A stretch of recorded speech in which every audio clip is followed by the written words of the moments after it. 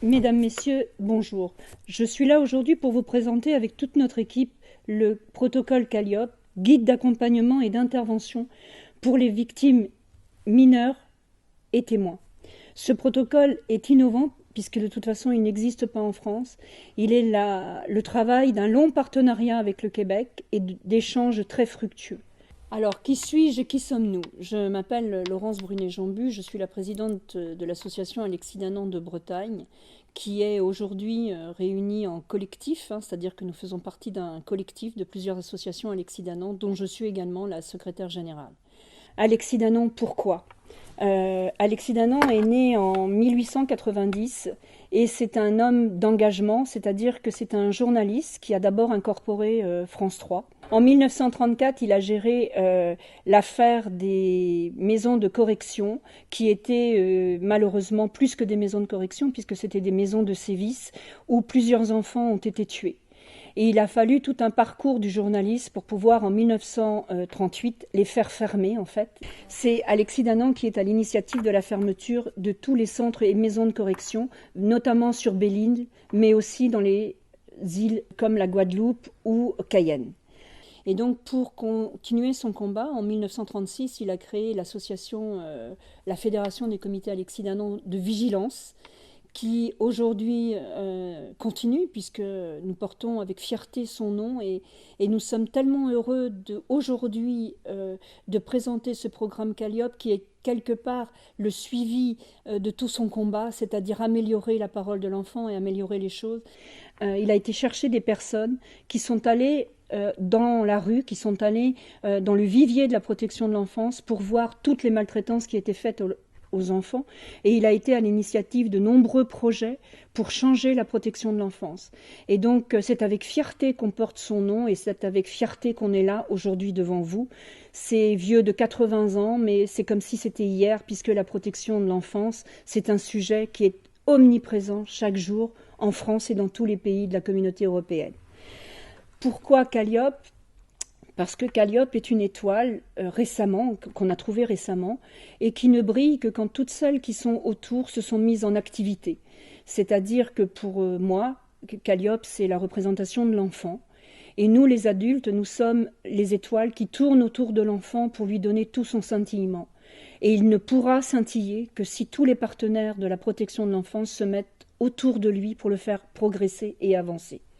Et donc, Calliope, c'est un outil, c'est un accompagnement de la parole de l'enfant. Comment c'est né ? En 2016, Mireille Cyr est venue en France animer un de nos colloques, où était présent la gendarmerie d'ailleurs, en nombre. Et ce colloque a permis des échanges très riches avec Mireille Cyr sur ce qui se passait au Québec et sur les avancées québécoises. Quand on lui a parlé de la parole de l'enfant, bien sûr, elle venait pour parler des auditions et du protocole Nietzsche. Elle nous a expliqué qu'il existait au CAVAC de Gatineau un protocole qui avait été conçu avec de la recherche sur comment accompagner les enfants pour leur permettre de témoigner avec sérénité, sans angoisse, lors de leurs audiences judiciaires. Et donc, tout de suite, évidemment, mon intérêt a été aiguisé. En 2017, nous sommes allés à deux de l'association à Montréal.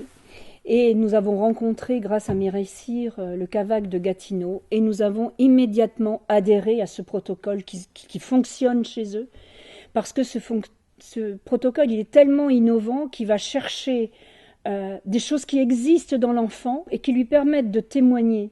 Et en fait, ce protocole ne parle pas de la procédure. Il n'est en aucun cas là pour mettre des mots dans la bouche de l'enfant. Il est juste là pour lui donner les outils qui vont lui permettre d'être auditionné éventuellement, mais surtout de témoigner. Je sais qu'en France, bon nombre de personnes pensent que réinterroger l'enfant, c'est malsain, c'est pas bien, ça l'angoisse, ça le stresse, mais c'est faux. Aucune recherche concrète en France n'a été menée pour dire que l'enfant ne peut pas être interrogé. Par contre, au Québec, on sait que le témoignage de l'enfant, grâce à ce protocole, a changé la vision de la justice. Et c'est pourquoi ce partenariat que nous avons conclu avec le CAVAC est un partenariat dont les autorités judiciaires ont autorisé cet échange de connaissances. C'est donc quelque chose qui est validé dans les plus hautes instances ministérielles québécoises. Et ce partenariat est riche. Pourquoi ? Parce que nous sommes francophones, mais nous avons à cœur de permettre les échanges de connaissances pour enrichir justement tout ce que l'on fait. Et c'est dans l'enrichissement et dans les échanges qu'on voit que quelque chose marche, quelque chose match, et c'est ça qui est important, c'est de pouvoir le franchiser en fait. Et donc en 2017, lorsque je suis allée au CIFAS, qui est le congrès international francophone sur les auteurs de violences sexuelles, mais aussi depuis quelque temps sur les victimes, j'ai pu rencontrer un bon nombre de chercheurs, et c'est avec ces échanges et cette richesse de connaissances qu'aujourd'hui on peut être là devant vous aujourd'hui. Nous avions fait une première mouture en 2018, que nous avons été présentés dans les instances ministérielles. On a pensé, et sans doute par utopie, que nous allions pouvoir être les intervenants auprès de l'enfant. Et évidemment, on nous a tout de suite posé les choses, et avec justesse. Je me rappelle cet entretien avec le premier président de la Cour d'appel de Rennes, M. Ronsin, où il nous a dit combien ce protocole était important et innovant, mais combien un énième intervenant qui viendrait se rajouter était complètement n'était pas la bonne chose pour l'enfant, parce qu'il en existe déjà beaucoup, trop, vraisemblablement, et que tous ces gens-là qui interviennent autour de l'enfant ne sont pas formés. Et donc, c'est ces richesses d'échanges qui ont permis que nous avons revu notre façon de travailler. Nous sommes organisme de formation, et c'est quelque chose à laquelle on tient énormément. Nous sommes data-dockés, donc ça veut dire qu'on est référencé, qu'on est de vrais professionnels, et en cours d'être validés pour Calliope. Et donc, c'est tous ces échanges et ces richesses et notre volonté de faire mieux et de former, c'est pourquoi on est là aujourd'hui.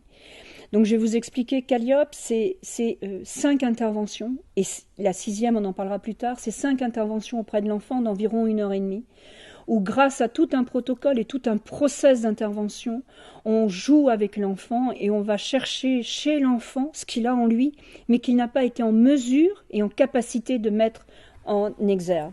Et donc, ce protocole, il peut intervenir avant une audition, quand l'enfant n'arrive pas à parler, ou quand la crainte est plus forte que tout. Mais ce protocole est plutôt conçu pour l'après, c'est-à-dire que plus l'audition Nietzsche reste pure, et mieux c'est. Et par contre, après, quand l'enfant, on sait, va avoir besoin d'être auditionné, c'est là qu'on doit intervenir, parce que c'est là qu'il faut se positionner. Mais ce protocole, il est aussi à destination des audiences chez le juge pour enfants. Combien d'enfants n'arrivent pas à dire au magistrat leur vécu, ce qu'ils veulent? Et c'est idem pour le juge des affaires familiales. Les enfants sont bannis de beaucoup d'audiences, alors que c'est pour eux que les audiences ont lieu. Donc ils devraient être l'intervenant principal de ces audiences. La magistrature est ouverte, bien sûr, mais elle n'est pas formée. Et c'est là aussi que le bas blesse. Et les intervenants que sont les travailleurs sociaux n'ont pas cette dimension qu'il faut avoir d'encadrer l'enfant et d'aller chercher chez lui tout ce qu'il a de positif. On n'est pas là pour lui mettre des mots, on n'est pas là pour lui dire ce qu'il faut penser. C'est pas un coaching, c'est pas ça du tout. Ce sont des outils qu'on lui donne. C'est-à-dire qu'un auteur, on le prépare à une audience. Un auteur, on va le préparer à diverses audiences. On prépare, c'est un coaching, mais nous, on n'est pas là. Pas ça du tout. L'enfant, il a en lui des réserves, il a des capacités, et c'est ça qu'on va chercher. C'est vraiment des outils. Un plombier qui va réparer une fuite, il a sa caisse à outils. Il ne sait pas sur quoi il va intervenir. Donc, il a une caisse à outils. Calliope, c'est la caisse à outils de l'enfant. C'est vraiment ça qu'on va lui donner, c'est l'outiller. Et donc, vous allez entendre la personne qui est référente chez nous. Avant de signer le partenariat avec le CAVAC de Gatineau, Kathleen Dufour, qui est la directrice, nous avait demandé de faire de l'expérimentation parce que la richesse de l'expérimentation nous a permis d'affûter notre formation, notre programme de formation. Et qu'évidemment, faire une formation sans en avoir utilisé toutes les parties, quelque part, c'était un peu fausser le jeu. Et donc, l'expérimentation que Emmanuel va vous parler dans quelques minutes, c'est l'expérimentation sur une 50aine d'enfants, peut-être un petit peu moins, mais aussi sur les adultes, parce que ce protocole, il est adapté pour toute victime qui doit aller en audience. Et c'est d'ailleurs ce que viendra vous parler Cécile Perronel, maréchale des logis à la gendarmerie, que nous avons souhaité emmener avec nous au Québec pour que auxiliaire de justice comme elle est, investie pleinement dans la parole de l'enfant, nous avions besoin d'avoir son avis et d'avoir surtout sa vision, c'est-à-dire qu'on ne s'est pas lancé comme ça dans un protocole nouveau. Il faut avoir du recul et surtout il faut avoir une vision autre que la nôtre. Nous, on est convaincus, on est pleinement investis dans la parole de l'enfant.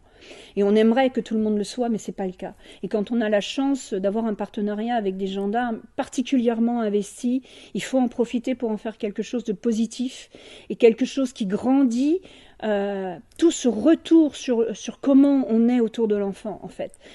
Bien sûr, les gendarmes, c'est des gendarmes, c'est des auxiliaires de justice, extrêmement carrés, extrêmement pointus.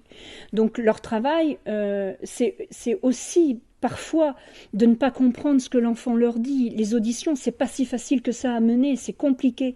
Et quand on a la possibilité que nous allons leur proposer d'être formés, c'est aussi leur proposer une linguistique, une verbatine qu'on va pouvoir engager avec l'enfant, qui va sûrement améliorer les auditions, parce que ça va sûrement améliorer la façon de converser avec l'enfant. Et donc, je vais laisser la place à Emmanuel qui va venir vous parler de l'expérimentation et ensuite nous passerons aux témoins. Merci beaucoup. Bonjour, donc moi c'est Emmanuel Vinaya Gassundiram. À l'association Alexis Danan, je suis secrétaire générale, intervenante Calliope et formatrice. Donc c'est du côté de l'intervention, côté intervenante Calliope dont je vais vous parler là, puisque j'ai réalisé l'expérimentation dont parlait Laurence auprès des enfants, mais aussi d'adultes. Cette expérimentation, elle a duré plusieurs mois. Et en fait, quand je suis arrivée, moi, quand j'ai connu l'association et que j'ai connu Laurence, qu'elle m'a montré très rapidement, d'ailleurs, le programme, le protocole Calliope, je me suis rendu compte que ça collait complètement à mes représentations. Et puisque j'ai une formation en psychologie du développement de l'enfant et en handicap. Et je suis également formatrice pour les travailleurs sociaux et notamment les assistants familiaux. Ces enfants, en fait, victimes, je les connaissais surtout par ce biais-là. J'en avais rencontré aussi de par ma formation. Mais c'est vrai que après, tout ce qui est du côté justice, j'avais pas forcément, c'est pas forcément mon domaine. Et d'ailleurs, l'expérimentation, elle est vraiment, elle est vraiment du côté de toute façon de l'enfant. Moi, c'est ce qui m'intéresse. Je travaille au départ avec l'enfant et vraiment, je cherche à lui apporter donc ces compétences en fait dont parlait Laurence. Et cette expérimentation, en fait, elle m'a permis de me rendre compte vraiment à quel point ce protocole était efficient et toutes les compétences qu'on va apporter à l'enfant, elles lui apportent quelque chose, mais même en fait au quotidien, parce que c'est ce que nous disent d'ailleurs les enfants avec leurs mots. Les adultes nous le disent d'une manière, on va dire, plus développée, plus réfléchie.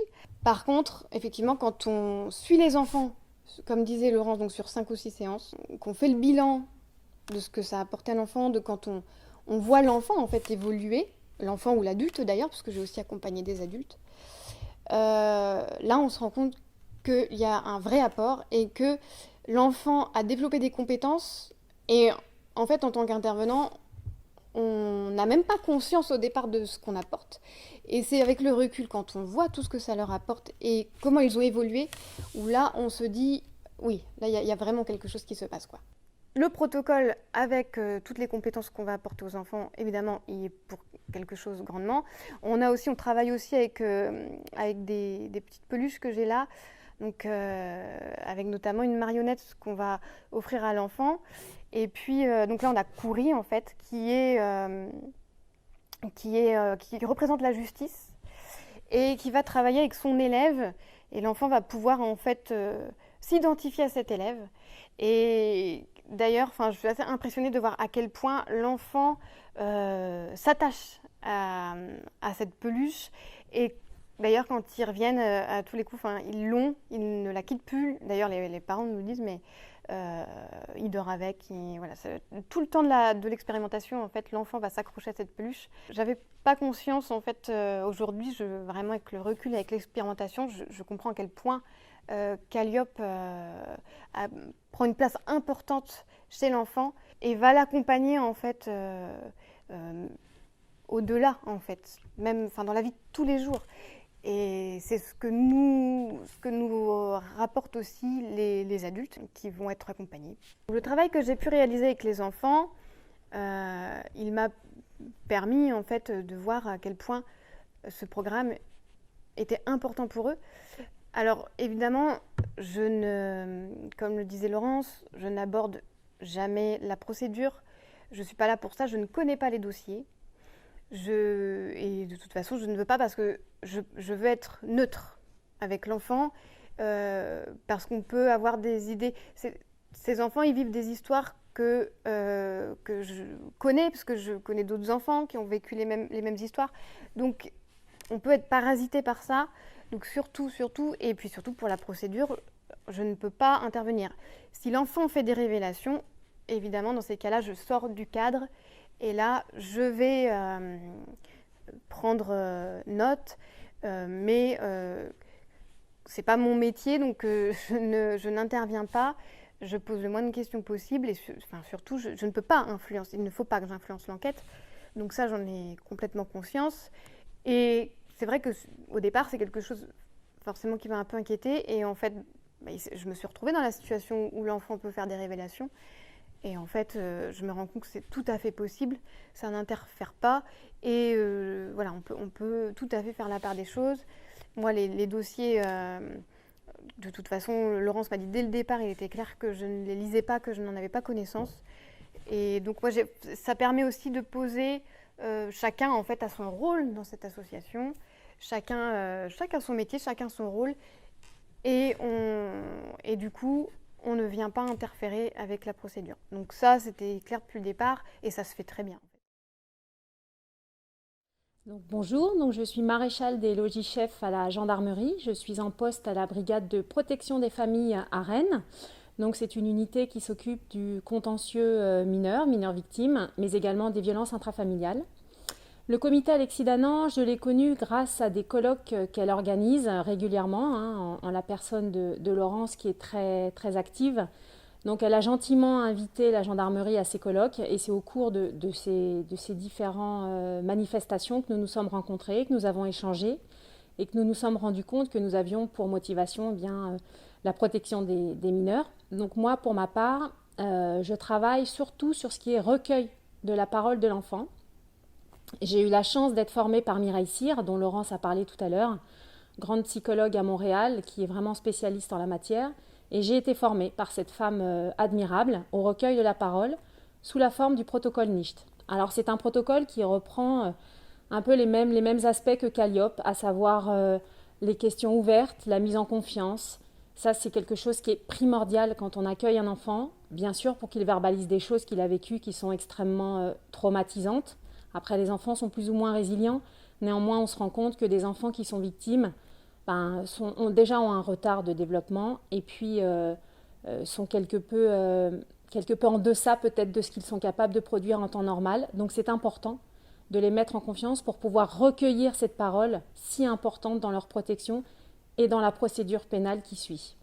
Alors le protocole Calliope, eh bien, j'ai aussi pu le voir, alors en tant que spectatrice, parce que le comité Alexis Danan a gentiment proposé à la gendarmerie de m'emmener en mission exploratoire au Québec, donc en décembre dernier. Nous y avons passé une semaine. Donc j'ai pu aller au CAVAC, qui est leur centre en fait pour les victimes d'actes criminels, ils les appellent comme ça. Donc j'ai pu rencontrer des psychologues, des travailleurs sociaux qui en fait suivent les victimes jusqu'à leur audience au tribunal, donc tribunal où nous sommes également allés. Et là j'ai pu voir en fait le témoignage d'une victime de violence conjugale, donc une femme. Tout à l'heure Emmanuel disait qu'elle pouvait suivre également des adultes. Effectivement, ces protocoles, que ce soit NICHT ou Calliope, s'adaptent également aux adultes. Et j'ai pu voir cette femme témoigner, donc devant un avocat de la défense extrêmement virulent, mais le système anglo-saxon le veut, on l'est un petit peu moins en France, c'est vrai.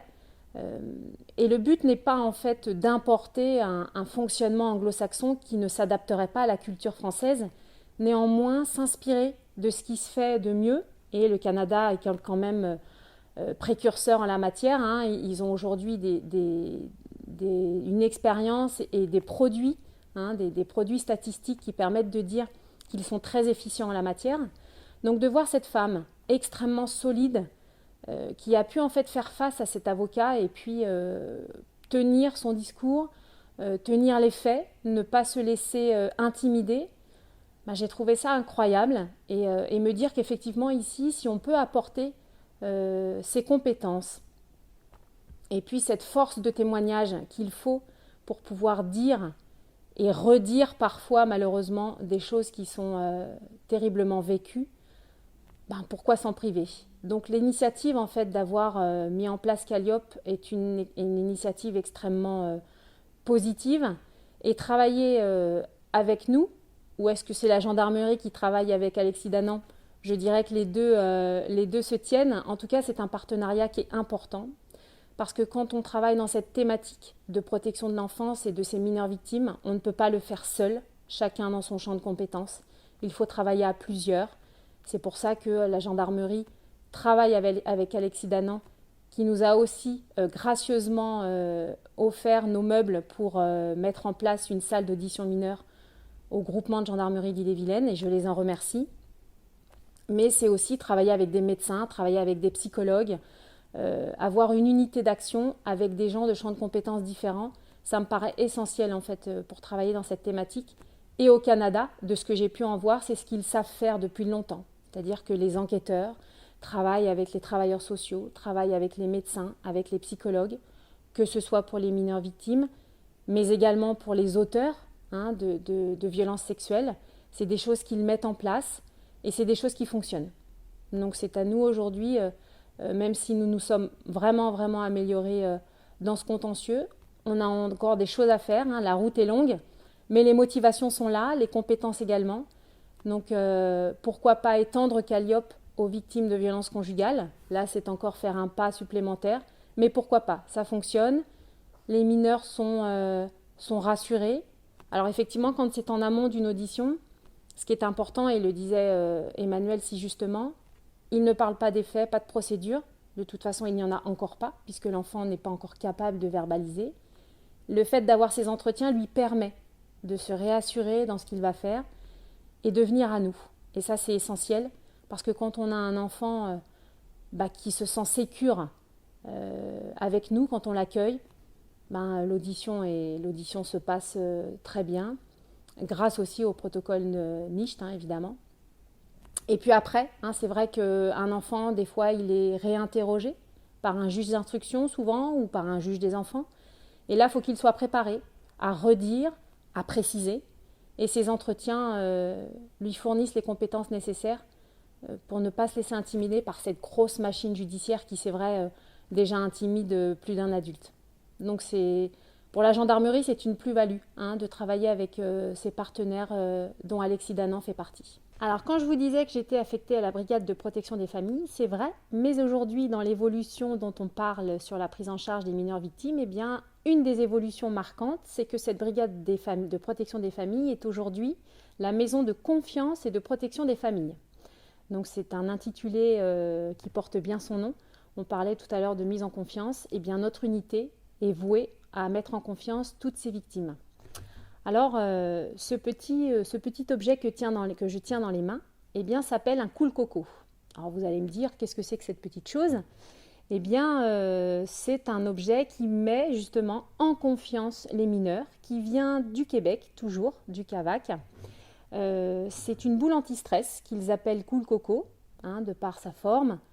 Et puis cool pour justement être tout ce qui est anti-stress. Et ça suit en fait l'enfant dans son parcours judiciaire. Donc quand il voit les enquêteurs, puis quand il voit les médecins, alors chez nous les médecins légistes, voire des experts, puis des psychologues, voire d'autres intervenants que sont les travailleurs sociaux, ce petit cool coco lui permet de pouvoir extérioriser ses émotions, non pas vers lui, non pas vers les autres, mais tout simplement en lui faisant subir tout ce qu'il veut parce que c'est une espèce de boule anti-stress. Et donc aujourd'hui, grâce au comité Alexis Danan, nous en avons ramené en France, alors trop peu pour le moment, mais nous en donnons à certaines de nos petites victimes qui en ont besoin. Donc voilà ce que je voulais vous dire à propos de ce petit objet. Quand on parle des protocoles Calliope et NICHT, c'est pas pour rien que ces deux procédures s'appellent protocoles, c'est qu'en fait, ils sont complémentaires. Le NICHT est spécifiquement conçu pour les enquêteurs, à savoir que nous allons recueillir et non pas accueillir la parole de l'enfant. Ce sont deux concepts vraiment différents. Et Calliope, en fait, prépare avec cet même état d'esprit et ce même fonctionnement, comme je vous disais, à la mise en confiance et à l'adaptation de la personne qui est en face de nous. Ce qui est extrêmement positif également dans cette évolution qui ne cesse de croître, c'est qu'en gendarmerie, nous avons aujourd'hui, sur le département d'Ille-et-Vilaine, un réseau de 40 référents mineurs, c'est-à-dire que ce sont des référents qui sont formés et sensibilisés au recueil de la parole de l'enfant, et environ une bonne trentaine de référents violences intrafamiliales, qui eux aussi sont sensibilisés et formés au recueil de la parole de ces victimes. Donc en travaillant en partenariat avec les diverses associations et partenaires, effectivement, je crois que nous sommes bien partis pour se dire que dans quelques temps, nous serons extrêmement efficients dans ce combat que sont ces violences sur ces mineurs qui sont particulièrement vulnérables et ces femmes victimes. J'ai contacté l'association Alexis Danan pour des faits dont j'ai été victime lorsque j'étais enfant. À la base, je voulais entamer des procédures judiciaires, donc je ne savais pas comment faire. J'étais un petit peu perdu et je me sentais seul. Donc c'est dans ce cadre-là que j'ai intégré le dispositif Calliope. Donc j'ai eu plusieurs rendez-vous avec Emmanuel. Au fur et à mesure des rendez-vous, j'ai pris confiance en moi, en fait. J'ai appris aussi à poser mes mots, à expliquer aussi les faits, en fait, par des mots. J'ai aussi appris à ne pas culpabiliser, par exemple, quand je ne savais pas ou quand je ne me souvenais plus d'un élément. J'ai aussi appris avec Emmanuel à ne pas être déstabilisé, en fait, par des questions qui pouvaient être posées de différentes façons ou plusieurs fois. Voilà, c'est toutes ces qualités-là que je n'avais pas avant ce dispositif, avant d'intégrer ce dispositif-là. Pour avoir ces qualités-là, je voulais par exemple aller faire du théâtre ou autre avec Emmanuel, j'ai appris à faire tout ça. Lors de mon témoignage, j'ai senti que je ne portais plus de fardeau. Euh, Ça m'a donné vraiment confiance en moi et j'ai pu témoigner en étant beaucoup plus à l'aise et en étant moins stressé. Ces qualités-là me servent dans le quotidien, dans ma vie de tous les jours. Voilà, une des choses que j'ai dites aussi à Emmanuel, c'était au moment de notre dernier rendez-vous, je lui ai dit que si des enfants ou des adultes pouvaient avoir vraiment accès à ce dispositif, ça changerait beaucoup de choses vraiment. Enfin, pour moi, ça a changé beaucoup de choses. Ça m'a, ça m'a donné confiance en moi. Ça permettrait aussi à ces gens-là d'avancer dans la vie. Et voilà, donc du coup, je remercie vraiment du fond du cœur l'association Alexis Danan, Emmanuel, Laurence et tous les membres de l'équipe pour tout leur soutien et pour toute l'aide qu'ils m'ont apportée pendant toute la procédure et même maintenant. Voilà. Je reviens vers vous là pour vous parler en fait de la formation et comment elle va se dispenser. C'est une formation qui va se dispenser uniquement en binôme, c'est-à-dire que nous allons vous demander d'aller chercher un binôme pour faire cette formation. Pourquoi ? Parce que quand on commence un entretien avec un enfant, il n'est pas possible de s'arrêter et qu'on connaît la vie de tous les jours, c'est-à-dire que vous pouvez avoir un accident, un arrêt de maladie, et un arrêt de travail, et qu'à partir de ce moment-là, l'enfant qui a commencé ses entretiens, il ne peut pas s'arrêter, il a une audience, il a quelque chose qui se prépare, et donc il faut que quelqu'un continue. Et donc quand on travaille en binôme, ça permet d'échanger énormément sur ce qui se passe, sur comment on travaille, sur notre méthode, mais ça permet aussi d'échanger sur l'enfant lui-même. Parfois, c'est rare, mais je pense que vous pouvez avoir un enfant avec qui ça ne va pas se matcher. Et donc, le fait d'avoir été en binôme, ça permet à quelqu'un d'autre de prendre la suite. Et donc, ne jamais laisser un enfant en plan, en fait, c'est la règle. La règle qui doit s'appliquer partout, tout le temps. Vous avez commencé un travail avec un enfant, vous ne pouvez pas l'abandonner, il faut aller au bout, c'est-à-dire faire les entretiens les uns après les autres.